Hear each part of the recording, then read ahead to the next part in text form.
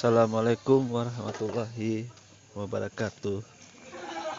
Untuk di video kali ini kembali Madiah akan mengekspos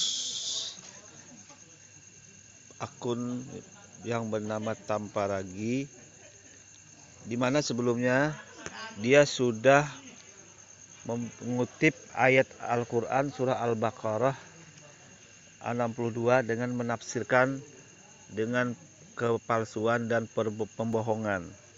Kembali ini kita akan coba ekspos kembali bagaimana dia dalam membahas hal-hal yang mengutip ayat Al-Quran kembali. Oke, kita lanjutin. Baiklah, kita lanjutkan pembahasan video yang postingan yang kemudian Tamparagi kembali mengutip ayat-ayat Al-Quran. Mari kita dengarkan ayat apa yang dia petik kembali. Bukan ya. Buktinya dari mana? Yuk kita baca Al-Quran surah 53 ayat 19 sampai 22. Maka apakah patut kamu dalam kurung orang-orang musyrik menganggap dalam kurung berhala Al-Lata dan Al-Uzza dan Manat, yang ketiga dalam kurung yang kemudian dalam kurung menjadi anak perempuan Allah? Apakah dalam kurung pantas untuk kamu yang laki-laki dan untuknya yang perempuan? Yang demikian itu tentulah suatu pembagian yang tidak adil. Jelas ya, sebelum datangnya Muhammad, Allah tidak punya anak lelaki. Allah punya 3 anak perempuan yang bernama Al-Lata, Al-Uzza, dan Manat. Kemudian Allah merasa tidak adil karena dia dapat 3 anak perempuan semua, sedangkan kamu dapat anak laki-laki. Wek. Begini manusia ini di zaman apa namanya ini, akhir zaman ini ya. Aku bingung dengan Tamparagi ini. Sama sekali saya bingung dengan Anda nih Tamparagi. Apa Anda nih tidak bisa membaca buku tafsir Al-Quran atau bagaimana? Itu jelas, sudah tafsir Al-Qurannya sudah sangat jelas itu di ayat An-Najm ayat 19 sampai 22 itu sangat jelas itu. Dari terjemahannya sudah sangat jelas. Bagaimana Anda bisa memposting beropini dengan menafsirkan yang lain lagi? Coba saya mau dengar nih. Dengar nih ya. Dengar ntar. Tuhan Allah, apakah dalam kurung pantas untuk kamu yang laki-laki dan untuknya yang perempuan? Yang demikian itu tentulah suatu pembagian yang tidak adil. Jelas ya, sebelum datangnya Muhammad, Allah tidak punya anak lelaki. Allah punya 3 anak perempuan yang bernama Al-Lata, Al-Uzza, dan Manat. Kemudian Allah merasa tidak adil karena dia dapat 3 anak perempuan semua. Nah ini, saya potong langsung. Ini kesalahan Anda menafsirkan Al-Quran. Tidak ada Allah berkata dia punya anak, itu tidak ada. Itu kebodohan Anda sendiri menafsirkan Al-Quran. Tidak ada. Saya ulang nih, kebodohan Anda menafsirkan ayat Al-Quran. Saya ulang. Yang ketiga dalam kurung yang kemudian dalam kurung menjadi anak perempuan Allah. Apakah dalam kurung pantas untuk kamu yang laki-laki dan untuknya yang perempuan? Yang demikian itu tentulah suatu pembagian yang tidak adil. Nih dengar, ini kebohongan Anda nih menafsirkannya. Sebelum datangnya Muhammad, Allah tidak punya anak lelaki. Nah itu bohong sudah. Allah punya 3 anak perempuan yang bernama Al-Lata, Al-Uzza, dan Manat. Ini kebohongan Anda Kemudian menafsirkan. Allah merasa tidak adil karena dia dapat 3 anak perempuan semua. Bohong lagi manusia nih. Baca tafsir Ibnu Katsir. Itu sudah sangat jelas. Coba dari kop awal aja sudah dilihat. Apakah patut kamu, itu Allah sudah mencipta. Itu siapa yang bicara? Maka apakah patut kamu, itu Allah yang sudah memberikan pernyataan. Itu menggambarkan sifat-sifat kepada orang-orang musyrik pada masa itu. Tamparagi, itu Allah mengatakan bahwa kepada orang-orang musyrik. Orang musyrik itu siapa? Itu orang-orang yang menyembah berhala, Lata dan Uzza serta Manat itu tanpa ragi bukan dia punya anak itu. Allah tidak punya anak Lata, Uzza dan Manat. Anda bodoh menafsirkan Al-Qur'an seperti itu. Ingat ya, baca tafsir Ibnu Katsir itu sangat jelas tanpa ragi. Kalau udah diginikan Anda nanti mengelak lagi. Dulu sudah menafsirkan Al-Baqarah ayat 62 salah-salah. Nah, ini sekarang saya buka nih, sekarang ini kesalahan Anda. Jadi tidak ada Allah mempunyai anak Lata, Uzza dan Manat. Kemudian tanpa ragi itu Allah juga menggambarkan pada masa itu mereka orang-orang musyrik itu juga sebagai mengakunya katanya ini sebagai anak mereka, anak perempuan Allah. Artinya kalau untuk laki-laki anak mereka itu gambaran mereka tanpa ragi. Allah menggambarkan perbuatan mereka gitu tanpa ragi. Ini biar orang-orang tahu ini kesalahan tanpa ragi nih semua. Nah, itu artinya tidak ada hubungan. Tidak ada hubungan sama sekali bahwa Allah itu punya anak tanpa ragi. Begitu caranya biar menafsirkan Al-Quran itu. Buka ya tafsir Ibnu Katsir lah. Jadi ini justru Allah menggambarkan perbuatan orang pada masa zaman kafir Quraisy yang di Mekah itu. Mereka juga sebenarnya ada menganggap anak laki-laki, anak perempuan itu sudah terjadi juga. Dan ini sudah dilarang Tuhan, sudah dikutuk perbuatan itu. Jangan sampai terjadi seperti agama yang di masa setelah Nabi Musa itu anak dijadikan anak Tuhan gitu tanpa ragi. Ini sudah gambaran. Ini sebenarnya menyinggung ajaran agama di masa setelah Nabi Musa. Begitu tanpa ragi. Oke, mari kita lanjut pembahasan Anda ini. Yang berikutnya nih, aku dengar. Kamu dapat anak laki-laki. Bingung ya? Nggak usah bingung. Ini jelas tertulis dalam Al-Quran, dan katanya Al-Quran adalah wahyu dari Allah. Jadi ini Allah sendiri yang berkata bahwa dia merasa pembagiannya tidak adil. Masa untuk kamu yang lelaki, untuk Allah yang perempuan, 3 lagi? Nggak pantas dong. Jadi ketika Muhammad datang, turunlah Al-Quran surah 112 ayat 3. Dalam kurung Allah tidak beranak dan tidak pula diperanakan. Oke, ini langsung saya garis bawahi. Ini menggambarkan sifat Allah Subhanahu wa taala tanpa ragi, tidak ada kaitan, tidak ada hubungan dengan ayat yang An-Najm ayat 19 sampai 22 itu tidak ada hubungannya tanpa ragi. Anda tidak bisa mengaitkan apapun karena di Arat Najm itu pun itu tidak ada hubungan. Anda salah fatal mengaitkan ini juga tidak ada. Sedangkan yang mau Anda kaitkan aja salah sudah. Nah, ini ditambah ini tanpa ragi, Anda tambah salah lagi mengartikan itu. Ini justru menyinggung ajaran agama Anda. Ini sifat Allah dalam ajaran agama Islam itu, dia tidak beranak dan tidak diperanakan. Jadi titik sudah, situ titik potong persimpangan jalannya. Ya, jadi salah fatal kembali Anda ini menafsirkan. Jadi sebelum dan sesudah Muhammad, Allah tidak pernah punya anak lelaki. Dengan demikian, Yesus bukanlah anaknya Allah yang ada di dalam Al-Quran. Tidak ada hubungan. Yesus dengan Al-Quran tidak ada hubungan tanpa ragi. Kamu sendiri sudah bilang Yesus ya itu tidak sama dengan Nabi Isa. Jadi tidak ada hubungan tanpa ragi. Nah, ini langsung dipotong aja biar Anda tahu. Oke, kita lanjutin berikutnya. Tanpa ragi, dalam ajaran Islam itu kata dewa itu tidak dipakai untuk menunjukkan sifat Tuhan.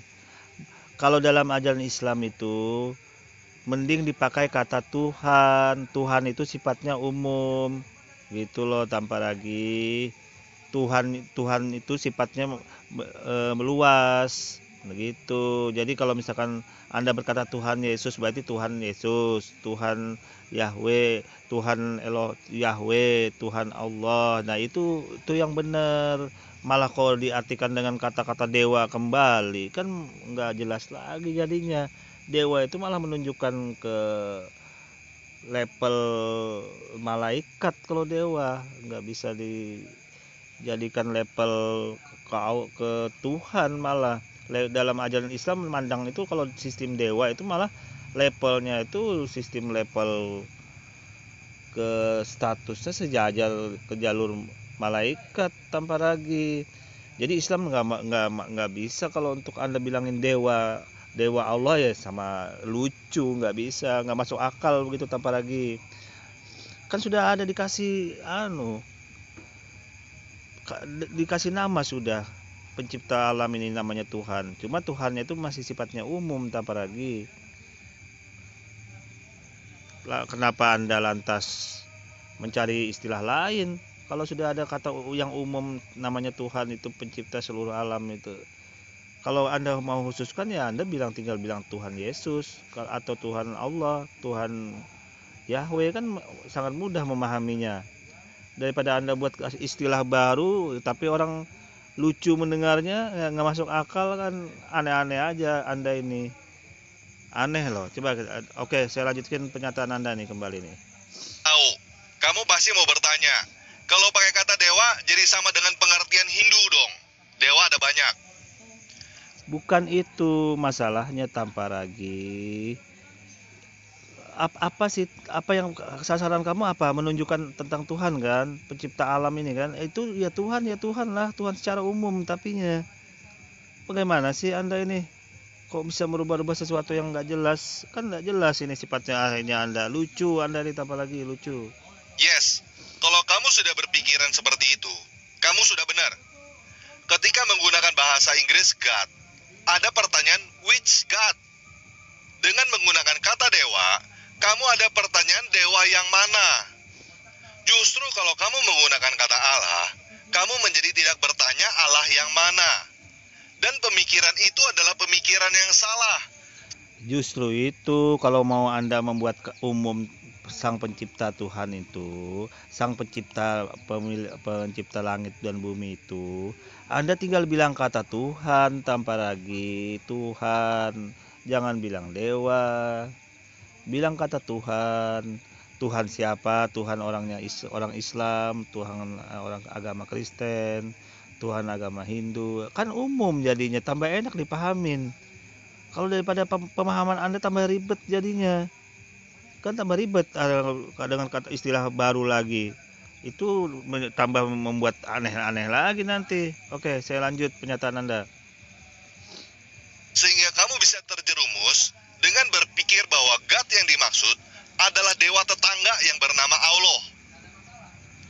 Dewa yang mana adalah pertanyaan yang benar yang harus ada di dalam pikiran kamu. Salah pernyataan Anda menurut Islam begitu. Kan mereka pernah melakukan perbuatan dosa atau kejahatan yang tidak terampuni dan mereka mati sebelum bertaubat.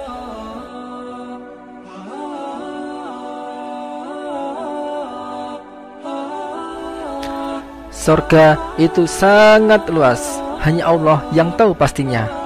Allah berfirman Al-Quran surat Al-Imran ayat 133, dan bersegeralah kamu kepada ampunan dari Tuhanmu dan kepada surga yang luasnya seluas langit dan bumi, yang disediakan untuk orang-orang yang bertakwa.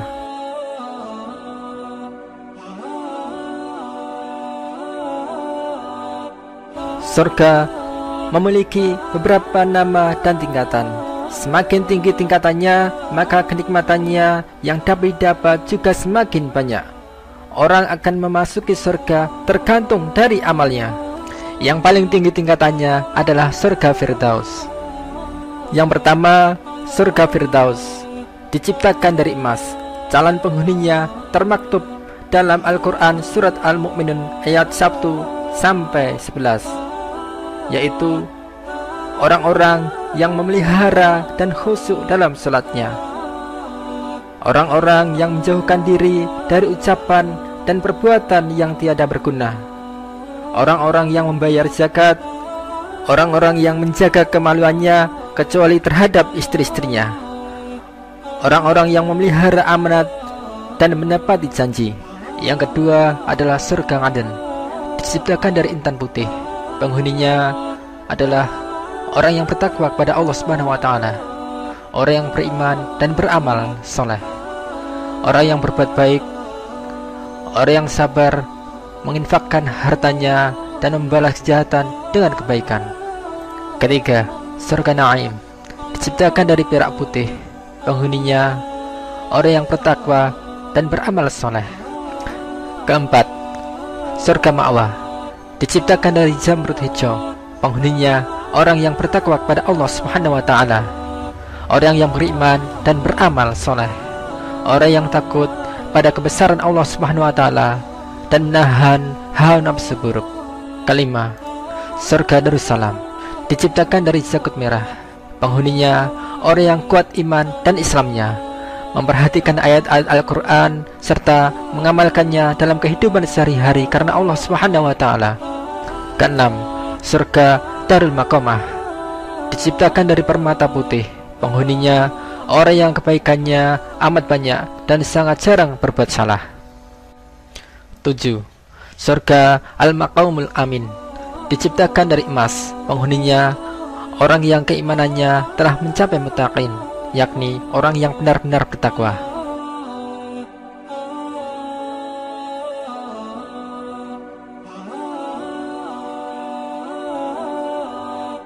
Diriwayatkan dari Anas bin Malik dari Abi Dzar dalam hadis Mi'raj, Rasulullah SAW bersabda, "Aku dimasukkan dalam surga, ternyata di dalamnya terdapat batu-batu mutiara dan tanahnya dari misik." Mengenai gambaran sungai di surga, Rasulullah SAW menerangkan, ia adalah sebuah sungai yang diberikan Allah kepadaku di surga. Tanahnya adalah misik, airnya lebih putih daripada susu dan lebih manis daripada madu. Sungai itu didatangi burung-burung yang lehernya seperti leher unta.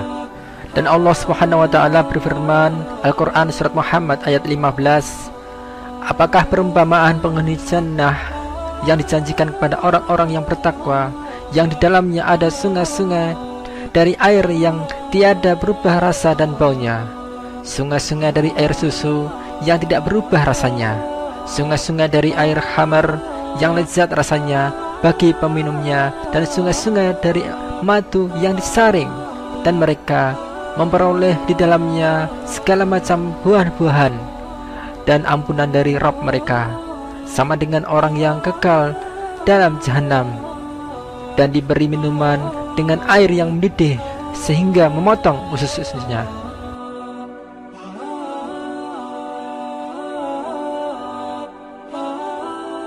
Bangunan surga begitu indah dan menawan.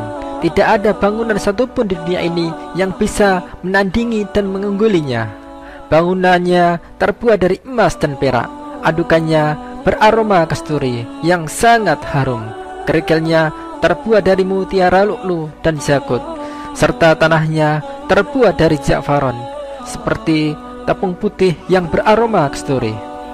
Abu Hurairah radhiyallahu anhu meriwayatkan, Rasulullah SAW bersabda, "Bangunan di dalam surga itu batanya terbuat dari emas dan perak, semainya terbuat dari misik yang harum, kerikilnya terbuat dari mutiara dan jakut, pasirnya dari za'faron.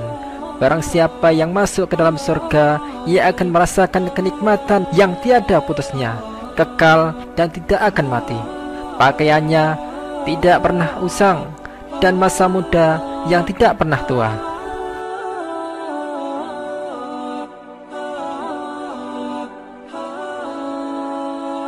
Di antara makanan ahli surga adalah buah, daging, dan makanan apa saja yang diinginkan oleh penduduk surga akan disediakan di sana.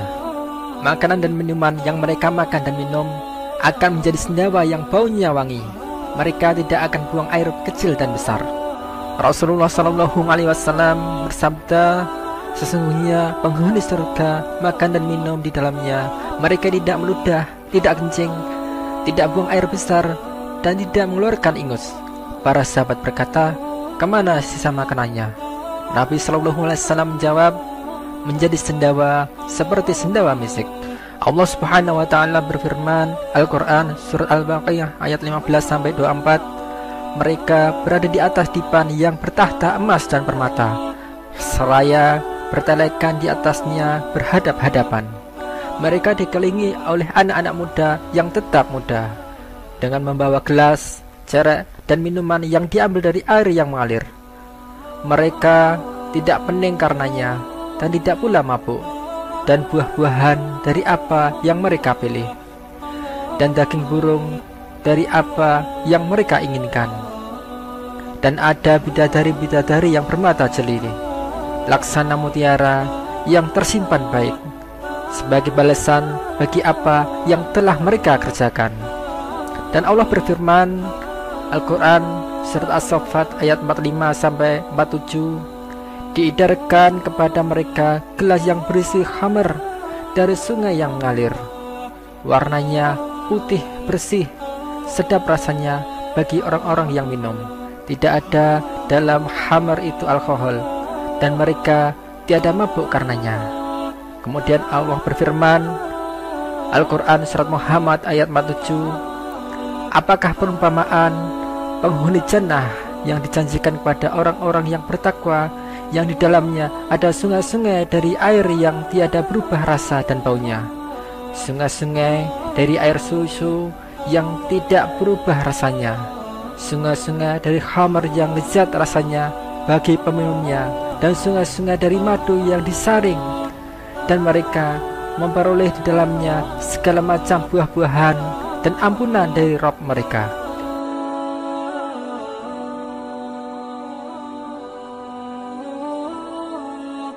Penghuni surga adalah orang-orang yang beriman. Hal ini dijelaskan dalam Al-Quran surat Al-Baqarah ayat 82. Dan orang-orang yang beriman serta beramal soleh, mereka itu penghuni surga, mereka kekal di dalamnya. Penduduk surga tidak akan merasa capek, susah, ataupun sakit. Mereka akan hidup dalam keadaan sehat selama-lamanya, muda selama-lamanya, tidak akan pernah menjadi tua. Mereka akan bersenang-senang selamanya dan hidup selama-lamanya. Rasulullah SAW bersabda, seruan di surga akan ada seorang penyeru yang berkata, sesungguhnya sekarang tibalah saatnya kalian sehat walafiat dan tidak menderita sakit selama-lamanya. Sekarang tibalah saatnya kalian hidup dan tidak mati selama-lamanya. Sekarang tibalah saatnya kalian tetap muda dan tidak tua selama-lamanya. Sekarang tibalah saatnya bagi kalian bersenang-senang dan tidak sengsara selama-lamanya. Hadis riwayat Muslim. Jika dibandingkan dengan dunia ini, dunia tidak akan ada apa-apanya.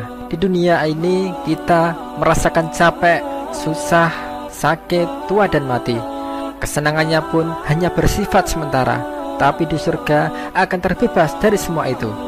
Allah Subhanahu wa taala berfirman, Al-Qur'an surat At-Taubah ayat 72, Allah menjanjikan kepada orang-orang mukmin, lelaki dan perempuan, akan mendapat surga yang di bawahnya mengalir sungai-sungai, kekal mereka di dalamnya, dan mendapat tempat-tempat yang bagus di surga Aden. Dan keridhaan Allah adalah lebih besar, itu adalah keberuntungan yang besar. Di dalam sebuah hadis Rasulullah juga menerangkan bahwa penduduk surga itu saling melihat orang yang berada di kamar di atas mereka, sebagaimana kamu melihat bintang-bintang yang ada di ufuk timur maupun barat, dikarenakan kurang lebihnya di antara mereka.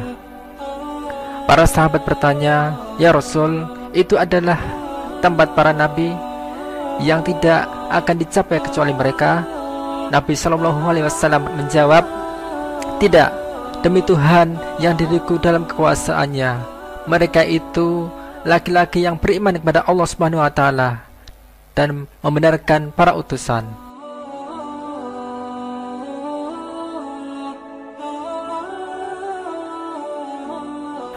Allah telah menjanjikan bidadari surga sebagai kenikmatan bagi setiap hambanya yang bertakwa dan beriman.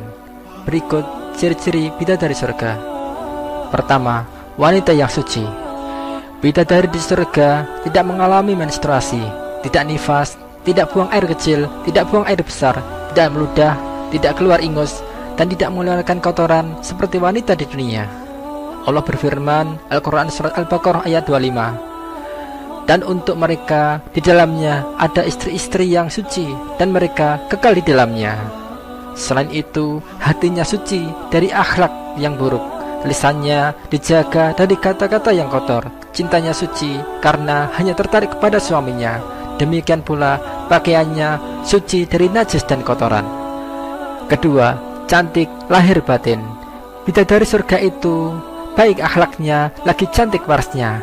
Cantik lahir dan batin dengan kecantikan yang sempurna. Mereka memiliki mata yang jeli dan berbinar.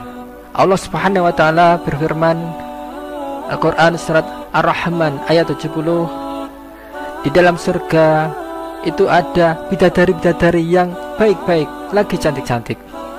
Ketiga, dipingit dalam rumah. Bidadari-bidadari surga yang kulitnya putih bersih dipingit dalam rumah untuk menyiapkan diri buat suami mereka. Mereka pun hanya keluar untuk berjalan-jalan di kebun dan di taman surga seperti para putri raja. Allah Subhanahu wa taala berfirman Al-Quran surat Ar-Rahman ayat 72, bidadari-bidadari yang jelita putih bersih dipingit dalam rumah. Keempat, menundukkan pandangannya. Para bidadari surga, mereka menundukkan pandangan dan hanya terpusat pada suaminya. Mereka tidak memandang pria lain serta tidak tertarik selain suaminya. Selain itu, mereka juga menjaga untuk tidak keluar rumah mengumbar aurat pada pria selain suami mereka. Para bidadari surga adalah wanita-wanita yang menjaga kehormatan dirinya. Allah Subhanahu wa taala berfirman Al-Quran surat Ar-Rahman ayat 56, di dalam surga itu ada bidadari-bidadari yang sopan dan menundukkan pandangannya, tidak pernah disentuh oleh manusia sebelum mereka, penghuni-penghuni surga yang menjadi suami mereka, dan tidak pula oleh jin. Dan Allah berfirman Al-Quran surat Ar-Rahman ayat 58, seakan-akan bidadari itu permata yakut dan marjan. Kelima, berbadan indah dan sebaya. Bidadari surga memiliki badan yang indah dan diciptakan dengan umur sebaya pada usia puncak kematangan, kira-kira usia 33 tahun. Mereka adalah gadis-gadis yang diciptakan selalu perawan yang sama umurnya dan tidak pernah tua. Allah Subhanahu wa taala berfirman Al-Quran surat Al-Waqiah ayat 35-37, sesungguhnya kami menciptakan mereka bidadari-bidadari dengan langsung, dan kami jadikan mereka gadis-gadis perawan penuh cinta lagi sebaya umurnya. Dalam sebuah hadis yang diriwayatkan Bukhari dan Muslim, digambarkan bahwa bidadari penghuni surga itu baunya sangat harum semerbak. Bisa diibaratkan seorang bidadari surga bila diturunkan ke bumi, harum tubuhnya akan memenuhi langit dan bumi. Demikianlah gambaran bidadari surga menurut Islam. Akal manusia memang tidak akan mampu untuk membayangkan dengan jelas, meskipun banyak diceritakan bagaimana keindahan bidadari penghuni surga di dalam Al-Quran dan hadis. Perlu diingat, setelah mengetahui akhlak bidadari dan sifat fisiknya, bukan berarti bidadari itu lebih baik daripada para wanita surga. Wanita surga adalah wanita yang pernah hidup di dunia. Mereka beribadah di dunia sehingga Allah menganugerahkannya surga di akhirat. Berikut ini adalah beberapa keterangan tentang kelebihan mereka dibandingkan dengan bidadari surga. Yang pertama, sebaik-baik rupa. Allah telah menciptakan seorang manusia dengan sebaik-baik rupa. Yang kedua, lebih baik dari dunia dan seisinya. Wanita-wanita surga mempunyai keutamaan yang begitu besar. Jilbabnya saja lebih baik dari dunia seisinya. Seperti dalam sebuah hadis, sungguh tutup kepala salah seorang wanita surga itu lebih baik daripada dunia dan seisinya. Hadis riwayat Bukhari dan Muslim. Ketiga, lebih utama karena ibadah. Nabi Muhammad SAW yang menyatakan bahwa para wanita dunia lebih utama karena ibadah yang mereka lakukan selama di dunia. Bahwa wanita-wanita dunia lebih utama daripada bidadari-bidadari yang bermata jeli. Seperti kelebihan apa yang tampak daripada apa yang tidak tampak.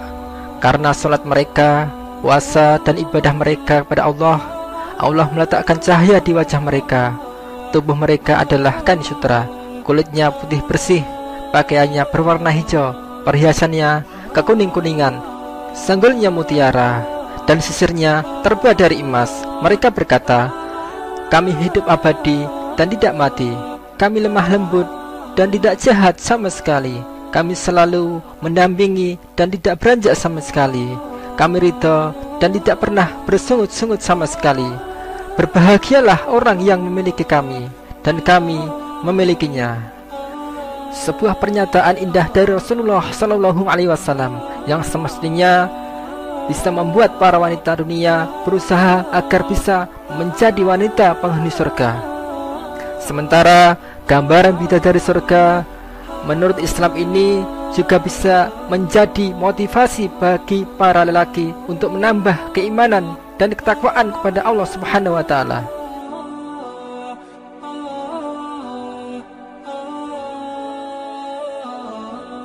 Dalam surga disediakan istana-istana, tempat-tempat duduk di kebun, dan tanaman-tanamannya disiapkan dengan berbagai permadani yang indah untuk duduk-duduk dan bersandar dan sebagainya. Tempat-tempat tidur di surga terbuat dari sutra. Allah Subhanahu wa taala berfirman Al-Qur'an surat Al-Ghasyiyah ayat 13-16. Di dalamnya ada tahta-tahta yang ditinggikan dan gelas-gelas yang terletak di dekatnya, dan bantal-bantal sandaran yang tersusun, dan permadani-permadani yang terhampar. Dan Ar-Rahman ayat 54, mereka bertelekan di atas permadani yang sebelah dalamnya dari sutra, dan buah-buahan di kedua surga itu dapat dipetik dari dekat. Kemudian Al-Quran surat Al-Hajj ayat 23, sesungguhnya Allah memaksa